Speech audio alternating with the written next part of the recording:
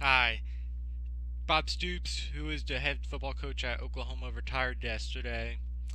And although early June normally isn't the biggest time of the year for college football news, this was very big news, and I wanted to make a video discussing it. And then hopefully, about a month or a little more than a month from now, will be when the training camps start and the beginning of course, the fall practices with the season getting ready with, and then all the media days happen.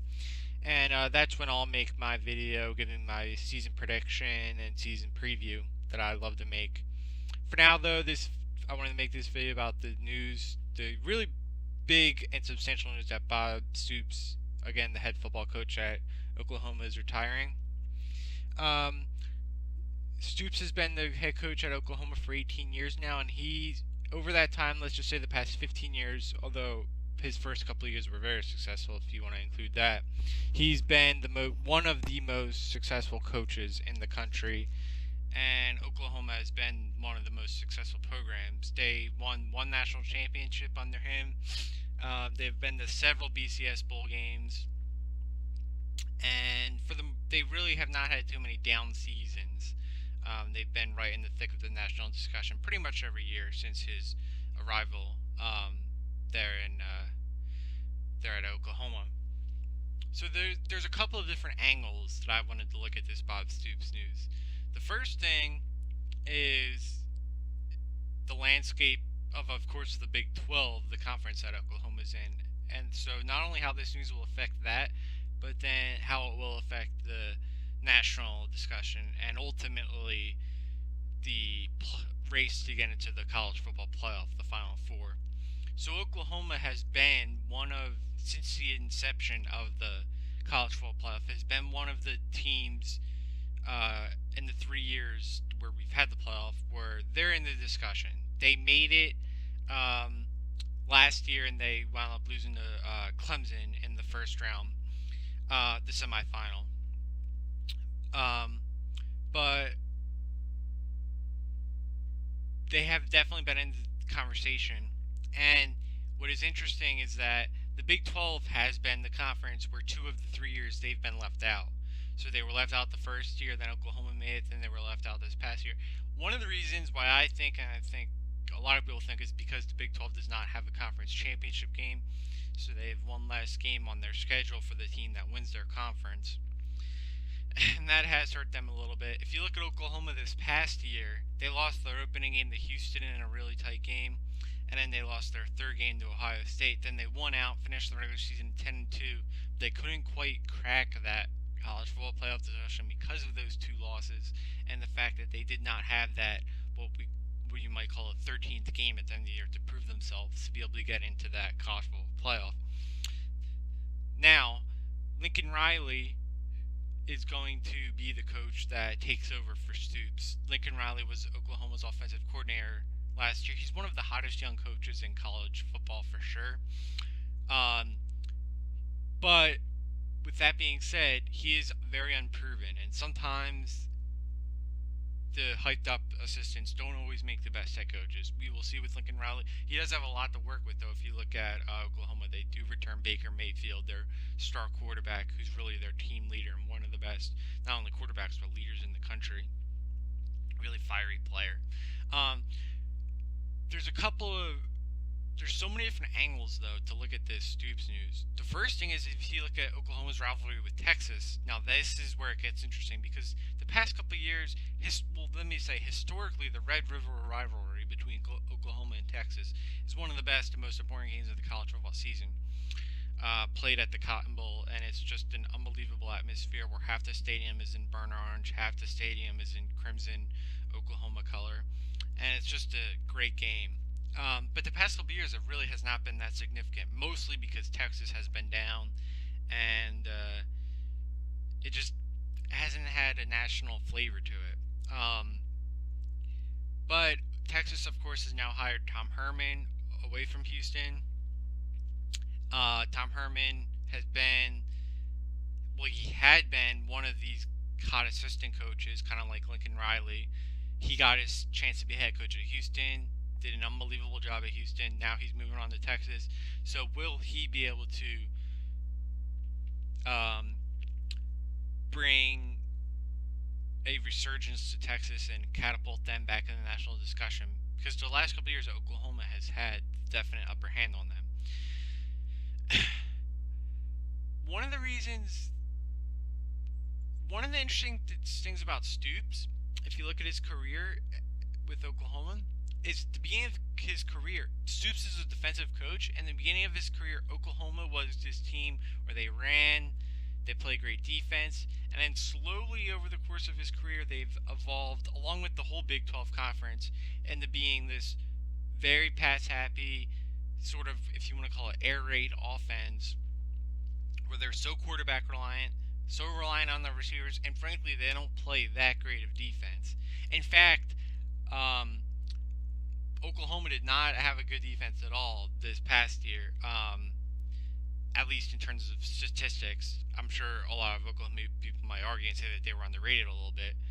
They did beat Auburn in the bowl game. That is important to mention today. So they finished last year 11-2. But back to Stoops and the way that they've evolved, and that's just interesting because if you look at, they had of course Adrian Peterson, the star running back. But then if you look at their quarterback growth, they started with Jason White, or not started, but they had Jason White, who had such a great career at Oklahoma, and they moved on eventually to Sam Bradford, who had a great career. Then Landry Jones took the helm, and then the past couple of years it's been Baker Mayfield, who led them to the playoff appearance, led them to an 11-2 season and a win over Auburn. And with Lincoln Riley coming in, I think at least we would expect that trend towards an offensive style, an air raid attack to continue, although that's not guaranteed. But because of Lincoln Riley's background as being an offensive coach as well as being a quarterback's coach, we might expect that trend to continue. In terms of what it means for the Big 12 is a very interesting conference because of that fact that they don't have a conference championship game right now. And if you look at it, with the decline of Texas a little bit, we've seen the rise of teams like TCU and Baylor, who are also in the state of Texas. Of course, Baylor will have a new coach this year. TCU has been going so strong under Gary Patterson. And then there's teams that are always sort of knocking at that door of being among the best in the Big 12, like West Virginia, who's still relatively new to the Big 12. And then, of course, you have Oklahoma State. And then you have the Kansas teams.